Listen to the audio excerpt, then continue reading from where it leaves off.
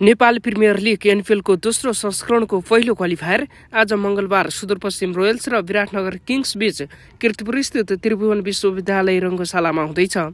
खेल अपराह्न 4 बजे सुरु हुनेछ।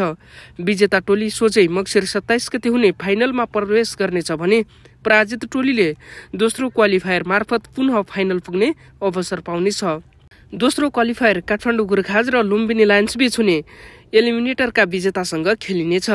सुदूरपश्चिम रोयल्सले यो सिजन उत्कृष्ट प्रदर्शन गर्दै 7 खेलमध्ये 6 मा जित हात पार्दै 12 अङ्कसहित शीर्ष स्थानमा रहेर क्वालिफायर पुगेको हो। लगातार 6 खेलमा अपराजित रहेको टोली अन्तिम खेलमा भने विराटनगरसँग 6 विकेटले पराजित भएको थियो। गत सिजन पनि शीर्ष स्थानमा रहेर फाइनल पुगेको सुदूरपश्चिम यस पटक पनि बलियो दावेदारका रूपमा उभिएको छ। यस सिजन सुदूरपश्चिमका लागि विनोद भण्डारी निरन्तर प्रभावशाली छन्। 7 खेलमा 33.50 को औसत सहित 201 रन बनाउँदै उनी प्रतियोगिताकै शीर्ष स्कोर मध्ये एक हुन्। ब्याटिङतर्फ आरिफ शेखले 160 रन, दिपेन्द्र सिंह ऐरीले 146 रन र क्रिस लिनले 143 रन जोडेका छन्। बलिङमा अविनाश बोहराले 14 विकेट निकाल्दै मोर्चा सम्हालेका छन्।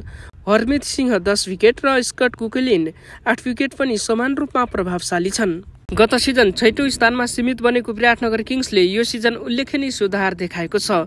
7 खेलमध्ये 5 खेल जित्दै 10 अङ्कसहित टोली दोस्रो स्थानमा रह्यो। पहिलो 3 खेलमा पोखरा, काठमाडौँ र जनकपुरलाई हराउँदै शानदार सुरुवात गरेको विराटनगरले बीचमा 1 खेलमा उदार चढावपछि अन्तिम खेलमा अपराजित सुदूरपश्चिमलाई 6 विकेटले हराएर आफ्नो सामर्थ्य प्रमाणित गर्यो। कप्तान सन्दीप लामिछाने बलिङमा उत्कृष्ट फर्ममा छन्। 7 खेलमा 15 विकेट निकाल्दै उनी प्रतियोगितामा सर्वाधिक विकेट लिने खेलाडी बनेका छन्। 5.10 को किफायती इकोनोमीमा 9.53 को औसतले विकेट लिनु उनका लागि विशेष उपलब्धि बनेको हो। मर्चेन्ट डी लाङले 8 विकेट लिँदै उनलाई राम्रो साथ दिएका छन् भने शुभम सुभाष रञ्जनेले 5 विकेट लिएका छन्।